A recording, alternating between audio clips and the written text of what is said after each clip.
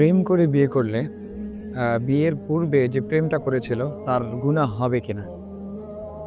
এরকম প্রশ্ন অনেকেই করে। কি আজব প্রশ্ন! দেখেন এক কথায় উত্তর দেই। কেউ যদি বিয়ে করার পূর্বে প্রেম করে, প্রেম করা অবশ্যই হারাম। যেহেতু সে বিয়ে করার পূর্বে প্রেম করেছে তার সাথে আ হুম, বিয়ের কোনো সম্পর্ক ছিল না আগে, এজন্য তার গুনাহ হবে। কারণ এটা আপনার হাতের গুনাহ হবে, আপনার চোখের গুনাহ হবে, আপনার জবানের গুনাহ হবে, আপনার প্রত্যেকটা অঙ্গ-প্রত্যঙ্গ ইভেন আপনার নিজেরও গুনাহ হতেই থাকবে যতদিন পর্যন্ত না আপনি তওবা করতেছেন। এখন আপনি চিন্তা করতেছেন যে, যেহেতু আমি প্রেম করে ফেলছি বা একটা হারাম সম্পর্কের মধ্যে ছিলাম, আল্লাহ তাআলা কি এটাকে মাফ করবেন? দেখেন, আল্লাহ তাআলা বলছেন, "অতুবু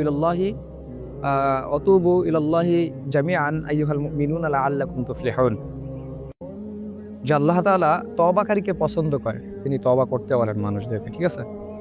আল্লাহ তাআলা যেহেতু তওবাকারীকে পছন্দ করেন, সুতরাং আপনি তওবা করতে পারেন এবং সুনান ইবনে মাজার একটা হাদিসের মধ্যে আমি পড়ছি যে হযরতে ৪২৫০ নম্বর মেবি হাদিসটা হযরতে উবাদা ইবনে আব্দুল্লাহ রাদিয়াল্লাহু তাআলা আনহু তিনি তার পিতা থেকে বর্ণনা করেন।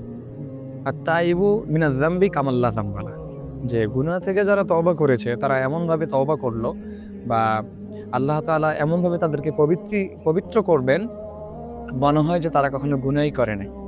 তার মানে দেখেন যে আল্লাহ তাআলা কতটা দয়ালু। এজন্য আপনার যে মাফ হবে না এমন কোনো কথা নয়। আপনি যদি ভুলটা করে ফেলেন, আপনি যদি পরে শুধরে নেন ভুলটাকে, হয়তো আল্লাহ পাক আপনাকে মাফ করবেন।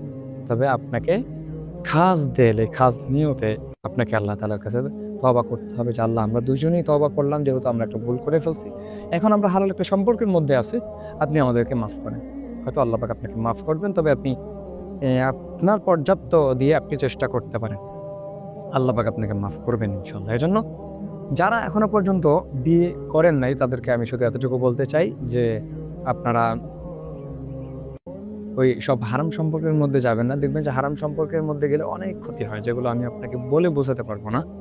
তো যাই হোক হারাম সম্পর্কের মধ্যে না গিয়ে সরাসরি যদি আপনি ডিরেক্ট হালালের মধ্যে ঢুকে যান তাহলে আপনাদেরই ভালো। এজন্য সব দিক বিবেচনা করে আপনি হালালের মধ্যে থাকেন। হারামের মধ্যে যায়েন না। হারামের মধ্যে কিন্তু কখনো রহমত বা সুখ পাওয়া যায় না। সুতরাং বি কেয়ারফুল।